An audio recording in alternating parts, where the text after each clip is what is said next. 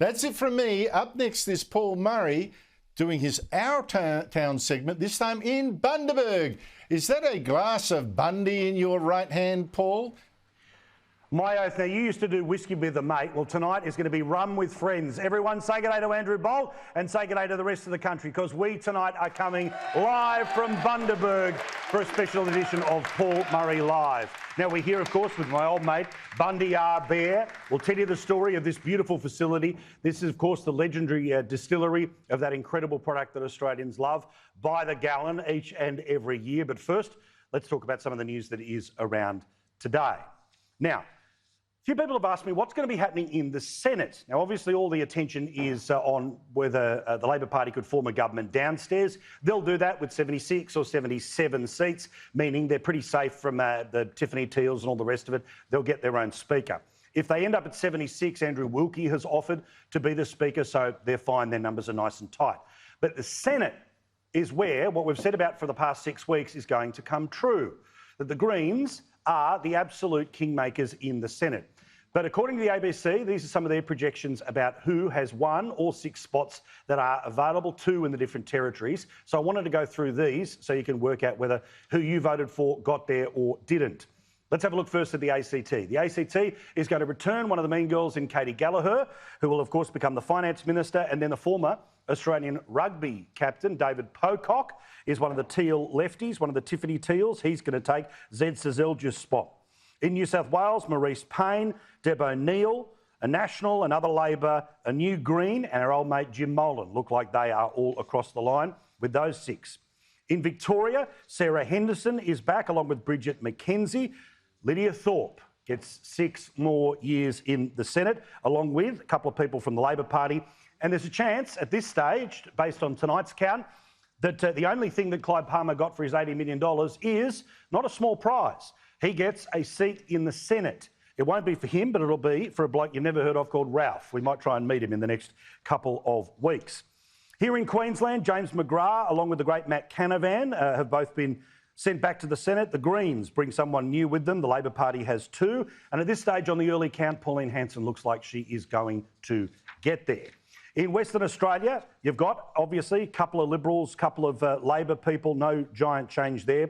The Greens, Labor doing so well, essentially they got half of the Senate vote, which means they are going to get 3 of the 6 spots. So that's a walk backwards from where the former government was.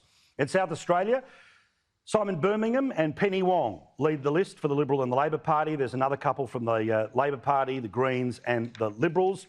In the Northern Territory, the best news of all is that Jacinta Price will be a senator for the Northern Territory. How good to have her in the Senate taking on Lydia Thorpe. So there is a different perspective coming on the behalf of Indigenous women and people who care about the territory. In Tasmania, the Jackie Lambie Network, well, her former staffer will end up becoming a senator because she got about 20% of the vote in the north of the state.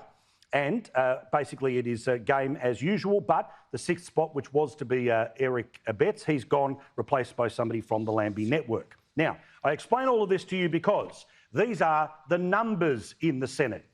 Now, this is the future of Australian politics for the next 3 years. This is the fight, and this is where we can work out whether the government gets its agenda or has to go cap in hand to the Greens.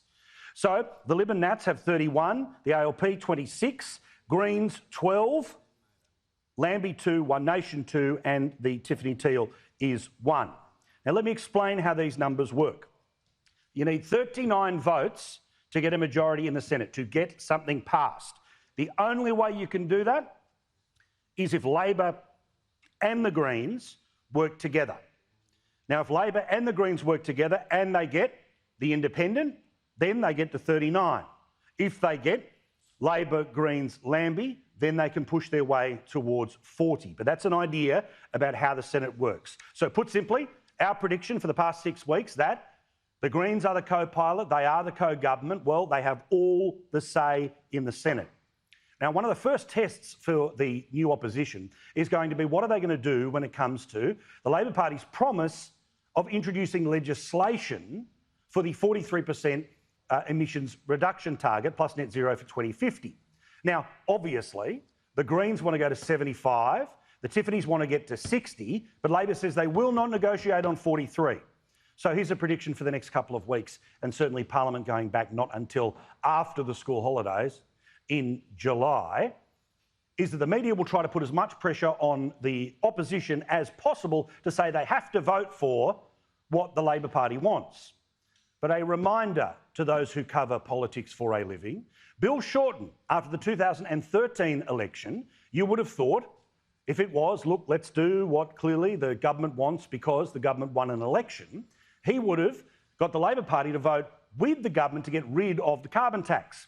Instead, no, it wasn't until the following July where that was able to happen because there was a new Senate in place. So it'll be an instant test here for how the opposition plays. Now, obviously, the media will say that they're climate deniers if they don't turn around and back the 43%. But don't they have a mandate too? Now, it's not a mandate that won an election, but it's a mandate that they can use in the Senate. Let's test from the start how the Greens are going to be as the people in charge of whether things pass or fail on the behalf of the new government. Let's see from day one what it is like for a Tiffany Teal to actually be a person of responsibility, not just somebody representing the new country of the United States of Radio National. Now, today, interesting to note that, of course, we showed you Tanya Plibersek, who, look, I like Tanya Plibersek, but I think she obviously went way too far when she said this about the incoming opposition leader, Peter Dutton. Well, I think there'll be a lot of children who've watched a lot of Harry Potter films who'll be very frightened of what they're seeing on TV at night, that's for sure. What, are you saying he looks strange? He looks odd? I'm saying he looks a bit like Voldemort, and we'll see whether he can do what he promised he'd do when he was last running for leader, which is smile more. Now, I know you're not allowed to criticise the new dear leader, but let's just point out exactly what is true after the election that was before the election, which is old each way Albo. Now, Albo didn't come out of the blocks straight away today and say Tanya Plibersek said and did the wrong thing. Instead, he tried to pretend that that evil Mr Morrison did exactly the same thing. She has already apologised for those comments. There were a few comments made by the former Prime Minister about my appearance, you might recall, as part of the election campaign. I do recall, and remember it was in our pub test with the former Prime Minister, where he talked about that he didn't need a new pair of glasses and he didn't need to lose weight. People knew who he was. Now, the electorate knew who he was, made their decision, and Albo is now the Prime Minister. Hardly the same as suggesting that a politician looks like a character in a Harry Potter film, and certainly one that doesn't even have a nose. But for his part, again, I say each way Albo. First the excuse and then the pivot to she shouldn't have said it. We should not refer to people's appearance. Let's discuss policy differences rather than... I want to change the way that politics operates. For his part, Peter Dutton, well, he says it's water off a duck's back, but it hurt. Point out people's, deficiencies in terms of their policies and their decisions. If they're not making decisions that they're going to help the country or help people, fair enough. But when you're going for personal characteristics, that's a different story. I'm not the prettiest bloke on the block, but I hope that I'm going to be pretty effective. Now, of course, the tallest mountain to climb is that you face straight after being removed from government.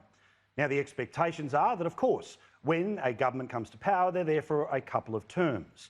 But when you take over as an opposition leader, you obviously have to give confidence to the millions of people, and don't forget, millions of people voted to keep the former government, and 2/3 of people didn't vote directly with their first preference for the current government. But for this existential nonsense, which I've said before, that I don't want to give the left what it demands, which is a civil war about the future of the Conservative side of politics. And Peter Dutton seems to be of the same belief. This is what he said in announcing his candidacy for the leadership. Nobody else is standing, so he will be the opposition leader. And this is a clear statement of principles. We aren't the moderate party. We aren't the Conservative party. We are the Liberals. We are the Liberal Party. We believe in family, whatever their composition. That's really important because, of course, in 2022, families look a lot different than they did 10 years ago, 20 years ago, 30 years ago. and every family of every makeup should be celebrated, and that is an excellent focus for Peter Dutton. He also says that it's the party of small and micro business, because you and I all know that big money has gone woke. From super funds, financial institutions, big companies that want to deal with big unions, but it's the small businesses, the people who try to build a life for themselves, as well as the micro businesses where maybe it's just you and an ABN. That is who he wants to go for. And as I've showed you before, 87 seats in the parliament have a household net worth of somewhere between $500,000 and $300,000 a year. The Tiffany Teals, well, they represent seats on their way up to $1 million, and that's fine. But the sheer bulk of Australia is suburban. There are millions of people who live in the regions. There are millions of people who try to build their own life. And I promise that those people are at the heart of what this bloke wants to do, with first an opposition and then at some point an alternative government, should fill your heart with confidence that he gets what happened at the election and he gets what needs to happen to eventually win one down the track. I love what he said today. He also was very direct with my mate Ray Hadley on 2GB about the direction of the opposition. I've learned a lot from the leaders I've served under, and I believe that we can win the next election, but there's a lot of work between now and then, and the Liberal Party has to get back to being the Liberal Party and being the broad church, and we're not the moderate Liberal, moderate Conservative Party, we're not the Conservative moderate Party, we are the Liberal Party. But I do want people to see, the complete character that I am, not just what they've seen through sound grabs when I'm talking about, boats or all sorts of different issues, which are, difficult issues. He's a good guy, he's a substantive guy with a wonderful family. And he is exactly the type of person that is needed to reset the opposition, to refocus it, to bring back confidence to its supporters. But he also showed today that he is going to throw a punch when necessary. It's not all going to go Albo's way for the next 3 years. And as I've told you many times before, Albo has set the expectations. Did you get a pay rise? Did they cut your power bill? Were 600,000 people employed in green energy? These are not easy things to do, and an opposition has every right to hold a government to account on its promises. I don't agree with many of his policies. I don't think he's got the team around him to, as I say, deliver what's needed in the tough times that we're facing over the next few years, and they are going to drive up electricity prices. We do know that interest rates will be higher under Labor, they always are, and unemployment will go up under Labor. So there are a lot of challenges on the horizon, and I don't think he's got the capability to deal with those realities, but we'll point that out over the next 3 years. And speaking of power bills, they are going up from the start of the 1st of July. That news broke today as the regulators agreed that there should be an increase. But amazingly, of course, this would, feed straight into cost of living, right? Wasn't this supposed to be something the new government could fix? Well, of course, they can't fix that in a week. But watch how the apologists in the lefty media are already turning around and saying that the federal government has nothing to do with this. Power bills are going up because of global energy crunches. Oh, so now cost of living is something that the government can't control? Meantime, here in Queensland, I'm sure everyone in the audience is very excited because Anastasia Palaszczuk is going to give you $175 off power bills. Wow! That on top of the $250 the former federal government gave you, you are swimming. You can go and buy a second house with that. You can go and employ 4 more people. Seriously. And as for the actual future of our electricity grid, elections have consequences. One of those is going to be what the Labor Party has said is the immediate target in the next 8 years when it comes to renewable energy. Now, again, this is not an argument against climate change or suggesting that we need to go back to the 1820s, but have a listen to their actual promise, and then I'll tell you how far we have to travel between today's reality and their new one. If you have a look at what the policies actually are in terms of climate change, they want 82% of electricity to come from renewables by 2030.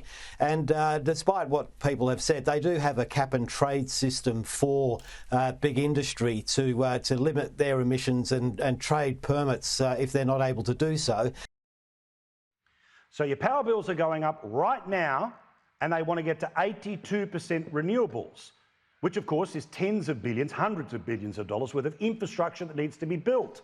Now, either government pays for that or you pay for that as the customer. So how far away are we from 82% renewables? Well, right now in New South Wales in the past 24 hours, renewables with solar, wind and hydro made up just 22% of the energy mix in the past 24 hours. 78% was fossil fuels. In Victoria, just 20%, and they've blown up coal-fired power stations, came from solar, wind and hydro. 80% came from gas. And here in Queensland, 89. Remember, they want to get to 82% renewable.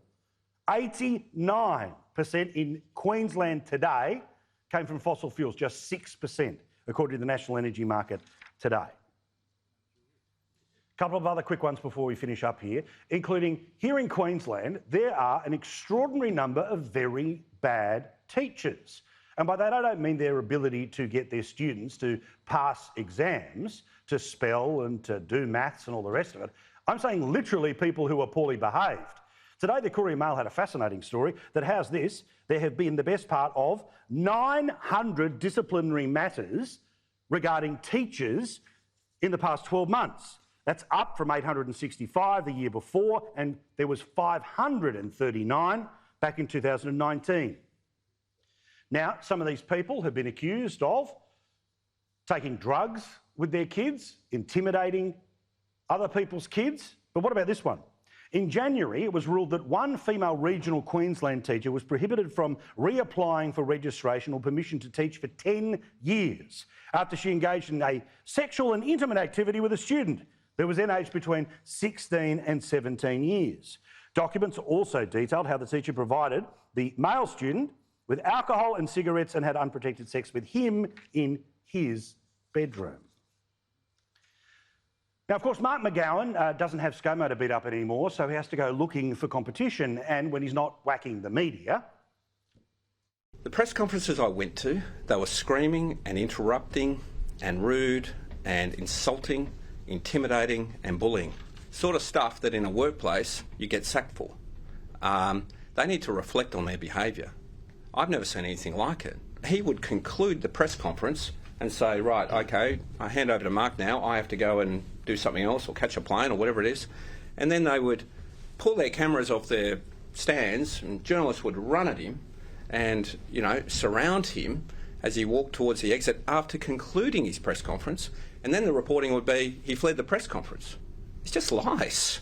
It's just lying. But we all know that's garbage. He's not used to an aggressive press pack. After all, he's of course got the local newspaper, which is more of a catalogue of how awesome is McGowan. But interestingly, he decided to turn his guns on Daniel Andrews this week. Have a listen to what he said about the Victorian government. You know, they just went and spent $2.6 billion on getting the Commonwealth Games to put it in Bendigo. I mean, if they want to spend that amount of money on the Commonwealth Games in Bendigo and then complain about not having enough money, well, maybe they should make different decisions. National Cabinet will be fun if it actually meets ever again, or presumably now that Labor's in control of all but 2 states, they'll probably be able to have it on WhatsApp. And won't that be a saucy chat? Because this was the response from the Victorians. Look, I'm not here to have childish debates with the Premier of any other state. None of my Premier colleagues should ever expect that I will stop arguing for a fair share for our state. So the Commonwealth Games are going to be an absolutely outstanding event. Billions and billions of dollars in economic benefit. All right, that's the politics. Let's celebrate the beautiful place that is Bundaberg here in Queensland. I love being here. Just being here is an instant dose of normal people. And I tell you what, it is also the food bowl of Australia. Anna Rawlings has a look at this very special part of Australia. Macadamias and sugarcane as far as the eye can see. There's a reason Bundaberg is known as one of the nation's biggest food bowls. Bundaberg is now the largest macadamia growing area in the world, biggest ever growing area, chili and sweet potato growing area in Australia. In fact, Bundaberg produces 25% of all the fruit and vegetables for the whole of Australia. Craig Van Rooyen came to Australia as a backpacker and hasn't looked back. He now owns 6 farms and sits on various grower boards. But the past season has been a challenge. One of the problems was trying to get flights because we export a lot of fruit to 6-7 different countries. Staff were in short supply, backpackers and workers from southern states locked out by the pandemic. We ended up employing about 40 school kids and university kids and some of the local people that had lost their jobs due to COVID. But there's a shortage of skilled workers and growers are facing rising input costs. The pandemic has certainly made life harder as a farmer. Jeff and Judy Plath are third-generation soybean and sugarcane farmers. Farmers' inflation rate is double-digit and in some cases triple-digit, so our main inputs in some cases have doubled and some chemical products we use have tripled in price. So we've got that sitting in the background and obviously fuel prices have gone up accordingly.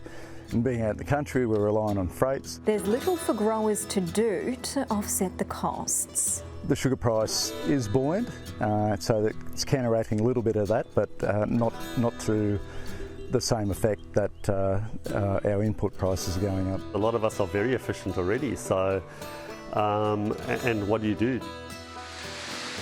It's a similar situation for macadamia farmer Andrew Lewis. Basically our inputs are doubling, and in the last 2 seasons macadamias have gone from $6 a kilo to $4 a kilo. The past few years have presented unique challenges for Bundaberg growers and farmers in terms of the COVID pandemic and more recently geopolitics. But there is another issue that isn't new and isn't going anywhere anytime soon, and that's water security and infrastructure.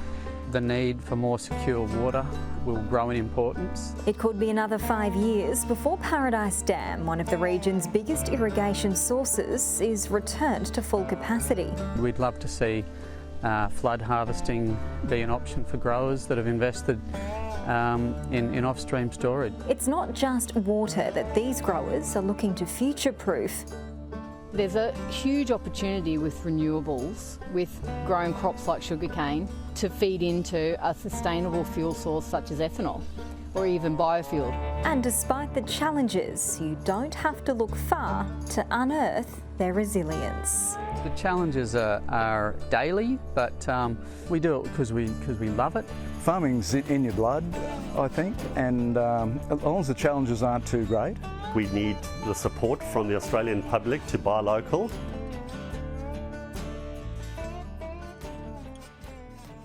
It is a beautiful part of Australia and we will continue to celebrate it tonight, of course, here in the wonderful halls of the Bundy Distillery. We'll sample some of their product in a few moments as well, lawyers permitting. But I want to introduce you to 2 people who are great mates of our show and great representatives of this part of Australia. Give it up for freshly re-elected Keith Pitt, Matt Canavan. Lads, hello. How you going? Paul, welcome to my hometown, mate. This is it. So tell me about, again, I don't want to do politics. We've done enough of it, Australia's board right now, and no doubt you lads are too.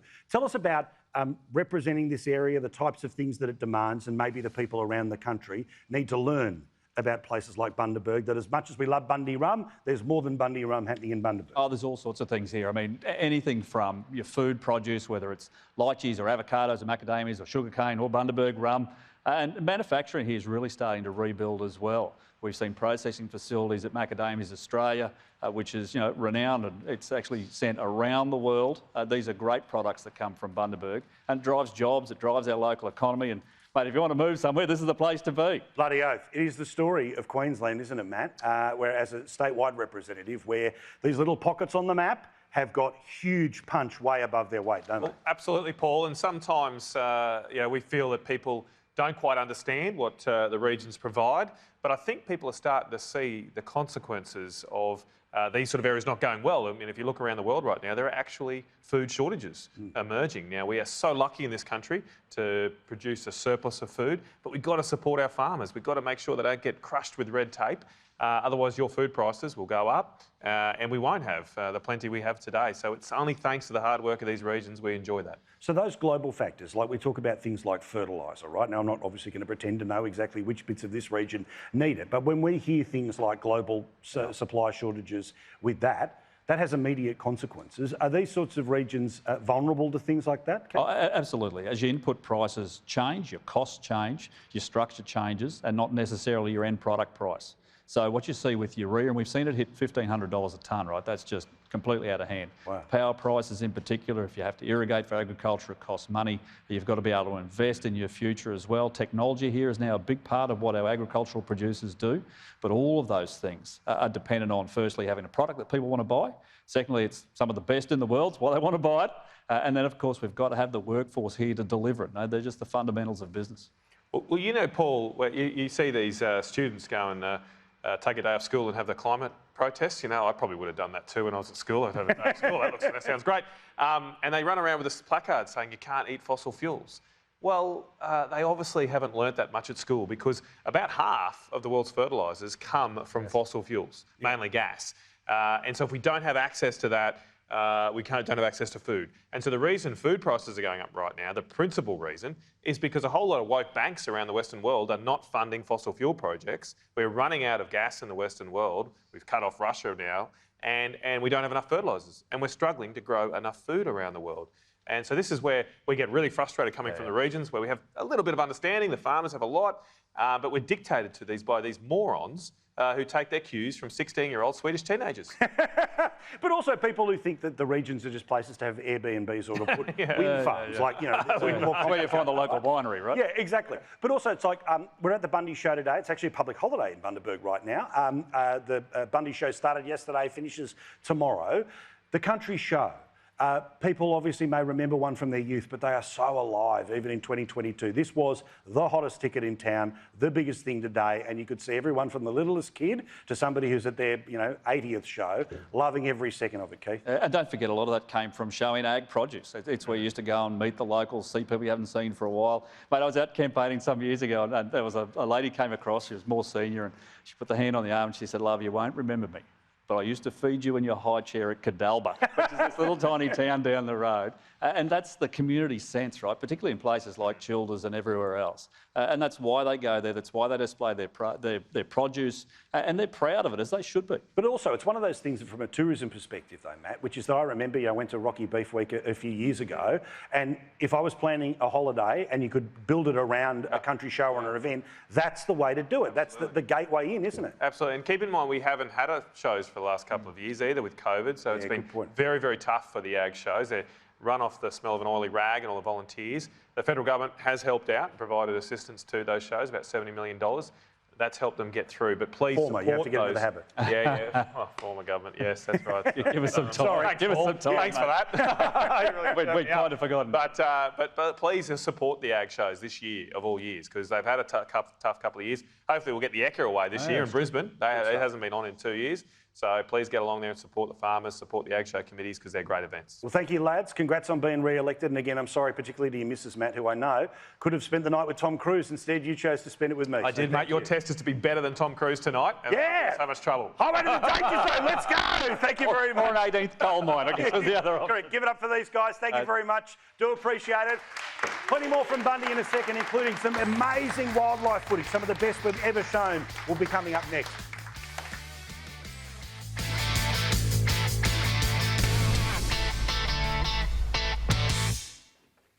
Goes without saying, but I'm going to say it anyway. When you come to Bundy, you have to come to the distillery here of Bundaberg rum.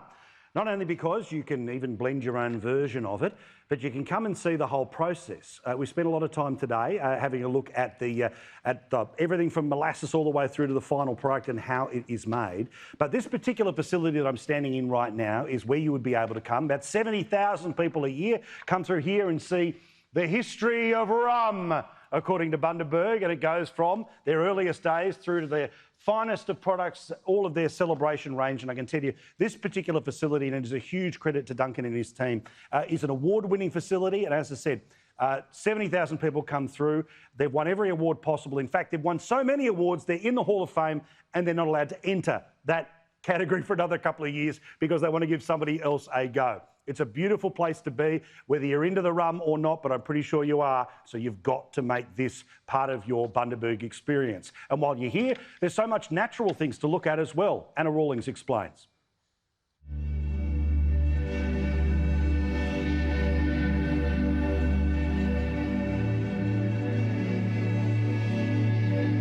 It's the southern gateway to the Great Barrier Reef. A chance to swim with manta rays and explore coral cays, an underwater world just off the coast of Bundaberg. Tourism and conservation go hand in hand at Lady Elliot Island Eco Resort. Revegetation program restoring the island back to its natural state with all native fauna and vegetation, as well as our Leaf to Reef program. The World Heritage listed marine park also encompasses Lady Musgrave Island, accessible via boat from the mainland. It's a region rich in tourism experiences that pre-pandemic would see over $500 million annually injected into the local economy. The industry also supported thousands of jobs. With limited interstate travellers and no international travellers, visitor expenditure did take a hit of around 25% over the last 12 months. And we definitely, impacting our retail, our wineries, our tour operators and our reef operators. Despite border and pandemic restrictions easing, operators and businesses are still grappling with the ongoing effects. We were closed for 3 months during the pandemic. Workforce has been impacted, that skilled workforce in tourism and hospitality. It is certainly impacting so many of our businesses still. Cafes and restaurants are limiting their hours and tour companies are limiting their tour departures because they just can't get the staff to be able to cater for the demand that we have. Post-pandemic, Bundaberg is hoping to continue to build its reputation as a tourism destination. Guest numbers and visitor bookings are returning, and the Bundaberg region is a finalist in the Queensland 2022 Top Tourism Town Awards. The region is also introducing new experiences. Bundaberg's first Indigenous tour will launch this weekend. We actually developed the tours as a way to educate our community on the stories of the Trubalang Bunda. Led by Beck Damale, the tours will explore culturally significant sites. We talk about and learn about language, the land, plants and animals, also the dreaming stories, and we also have some bush tucker along the way as well. The Tarrabalang people have lived on country for more than 60,000 years. It's very important that we get our stories out there. It's really moving towards respect and reconciliation for us. As is the full range of visitor experiences in the region. Of course, the turtle experience at Mon Repos, which is on so many people's bucket list around Australia. Tour operators are reporting forward bookings in June and July and ahead of the turtle season in September.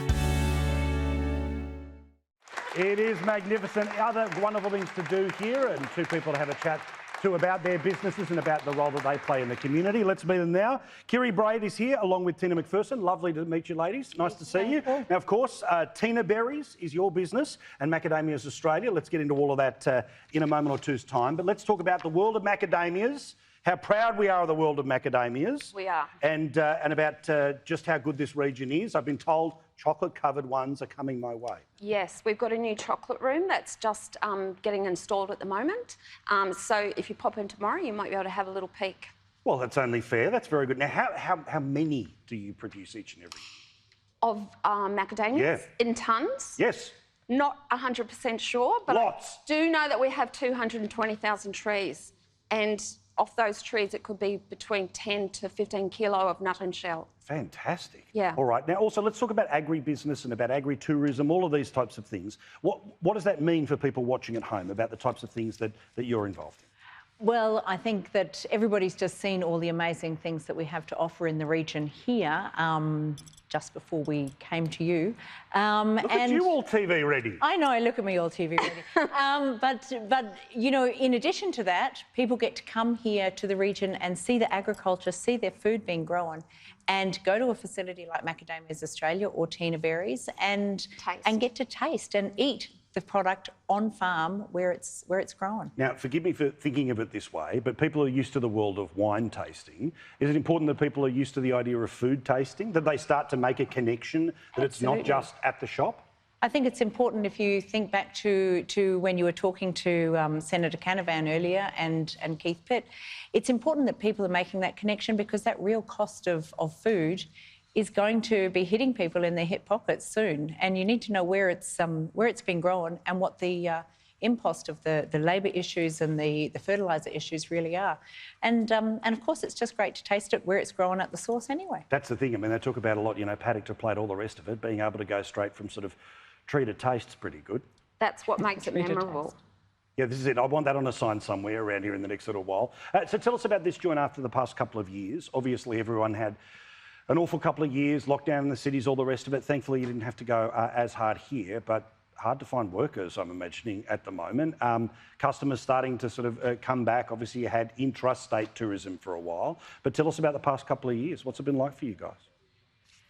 Well, for us on farm, it's been really hard because we've been very, very reliant on working holiday makers for over a decade now. With COVID, we haven't been able to access that pool of labour. And so, last year we turned to non-working mums who could work between school hours. Everybody was quite resourceful in the way they went about it, but looking for staff and adjusting their rosters and what they did accordingly. But it's a challenge. So it just adds another impost to running a business. Last thing, what do you love about living here? I love all the farms around us, and I love going straight to the farm and getting that produce, bringing it to Macadamias Australia, sharing it in our cafe, and teaching and sharing recipes. Fantastic. Ladies, thank you very much. Give me a round of applause. Thank you for the industries that you represent and do so well on telly. More in a sec here on Paul Murray Live from Bundaberg. You've got to come here.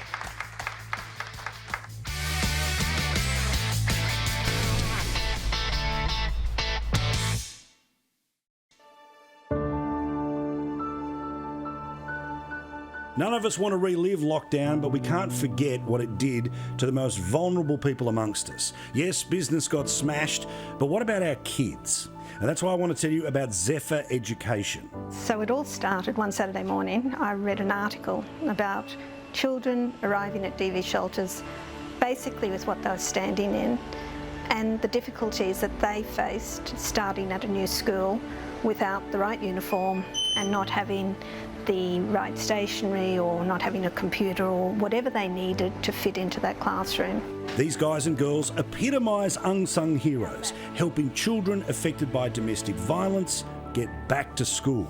I instantly knew what we needed to give these children.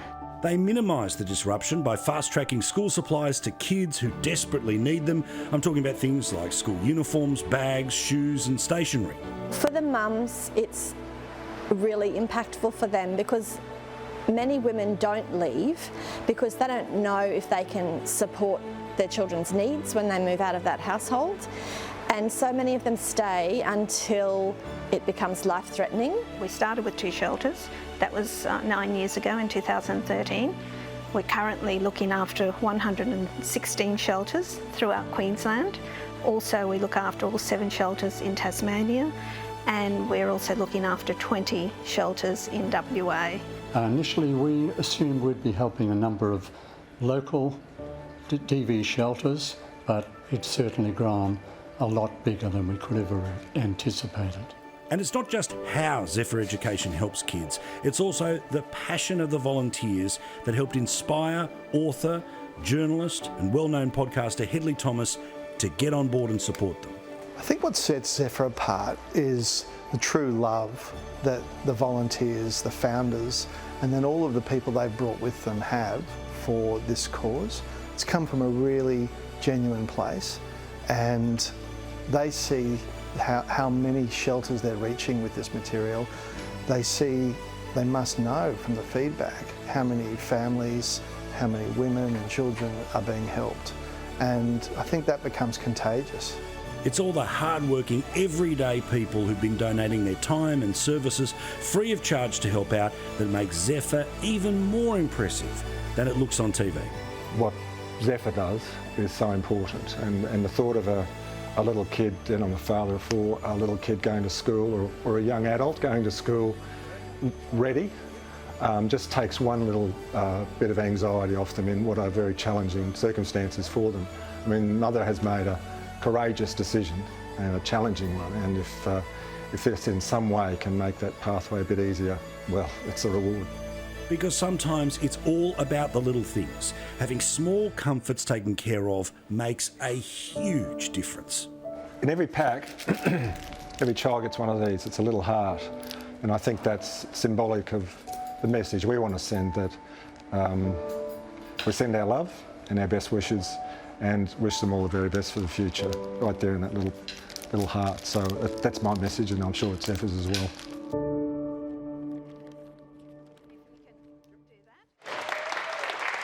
I love this country and I love organisations like Zephyr because of what they've been able to do. Well, thanks to the very good people of Harvey Norman, they're going to get an extra $100,000 to help do what they do for all of those kids. It's going to help people's lives. It is going to turn kids and give them that little bit of joy to make sure that they can have the same start that everyone else does. So again, thank you so much to Harvey Norman and School Locker for putting all of this in place. A $100,000 donation for school uniforms. Thank you so much to Harvey Norman and School Locker. Sue Tasker is a very special person here in Bundaberg. Now, she, like me, can swear like a trooper, but like me, has to try to hold her tongue for the next couple of minutes. She's got lots of community initiatives, but tell me about what you do with the Angels Community Group here. Okay, so Angels Community Group started in 2015, so 7 years, and we're very reactive. So we've basically started, didn't really know where we were going to be heading, and we now do things that we would never thought we were going to do. So we have a mini mart, which is low-cost groceries for people, and he's supported by some of our local farmers with free veggies and that. Then we have our Angel Support Centre, which has just been opened. We only opened that last month, and our second to none store. And we have our charity arm that we do. Because, again, it's something that is particularly profound in regional areas, which is rent is a problem. Homelessness is a reality everywhere. It's terrible. Tell us about those people that are right on the line, even in a beautiful place like this. Yeah, we see it every day through our support centre. So we're doing roughly 100 free emergency hampers a week for people for food, which is probably feeding 400 or 500 people. We do 220 school lunches a week that we give out to about 16 different schools in the area. People are doing it so tough, and we're seeing families on the street. You know, I had an email from a man today that's petrified. He's about to become homeless with his children. It's really bad at the moment and sad. Well, Sue, I wanted to bring you on the telly, firstly to say thank you for everything that you're doing, and secondly, is there a website, Facebook? How do people get in touch if they want to donate, if somebody's watching us right now? Absolutely. Spare million down the back of the couch. Yes, spare million, and we'll open a shelter, which would be amazing. I don't have it. That's our next project. We need somewhere for these people to sleep. So Angels Community Group, I'm trying to remember our website. Right. We'll find it all. It'll be up on our Facebook page nice and soon. Give it up for Sue and everyone else in your community who makes this place a beautiful place. Thank you for watching. Thank you very much. Really do appreciate it. We've got a meat tray to give away straight after the break, and plenty more from the Bundy Distillery here on Paul Murray Live.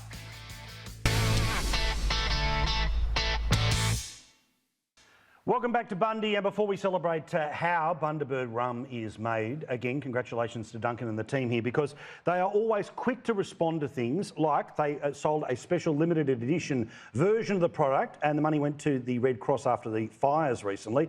This little beauty raised $200,000. Now, in a moment, you are about to receive the opportunity to win the mystery contents of this bag and a meat tray, but before, let's learn about this beautiful place and the magical product it creates. From the barrels to the bottle shop, the Bundaberg Rum Tour experience offers visitors a first-hand look at the distillery process. So how does the sugarcane of Bundaberg become this liquid gold? It all begins here in the molasses well, one of 3 at the distillery. It takes about a litre of molasses to make a litre of Bundaberg rum, so we need to be able to store plenty of that molasses here on our site. The molasses is a byproduct of refined sugarcane sourced from the mill next door. They're only refining sugar 5 to 6 months of the year, but we need to make rum 12 months of the year. Otherwise, we're going to have a lot of very unhappy Bundaberg rum fans out there. So we build these molasses wells that enable us to hold 15,000 tonnes worth of molasses. So to make Bundaberg rum, you actually only need 3 ingredients, and we're very proud that all 3 of the ingredients we used are actually locally sourced here in the region. The next step in the process is fermentation. So we're going to take our 3 locally sourced ingredients, our molasses, our water and our yeast, and we're going to put them in our big fermentation vessels. Now we're going to let those 3 locally sourced ingredients bubble away for a period of around 36 hours. And at the end of that process, we're going to be left with a liquid called a wash, and that wash is roughly around 7% alcohol. I don't know about you, but I like my rum with a little bit more kick than 7%. So that's when we're going to take that liquid to the still house, ready for double distillation. There are 2 types of distillation, both powered by green steam, which reduce carbon emissions. The end product is a spirit that's roughly 78% alcohol, that's then matured in a barrel house like this one. But we're going to mature it for a minimum of 2 years before it can legally be called rum here in Australia. The distillery remained open during the pandemic and played a part in helping Queenslanders. At the beginning of the pandemic, we were able to donate 100,000 litres of ethanol to the Queensland State Government to assist in the production of more than 500,000 bottles of hand sanitisers. The community's spirit didn't stop there. More recently, Bundaberg Rum launched a special drop for flood recovery. We brought out a new limited edition rum called From Our Town to Yours, which really heroed the more than 44 flood-battered regions throughout the East Coast. So from Gladstone to Brisbane to Gympie, all the way down to Greater Sydney. Our ambition was to raise $200,000 with 100% of the profits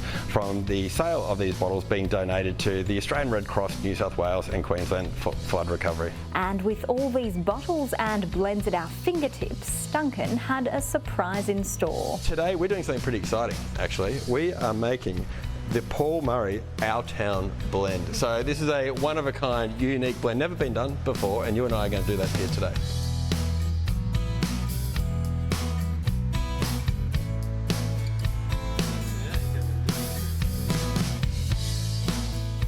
Why don't you have a taste and let us know what you think? Give it a taste test.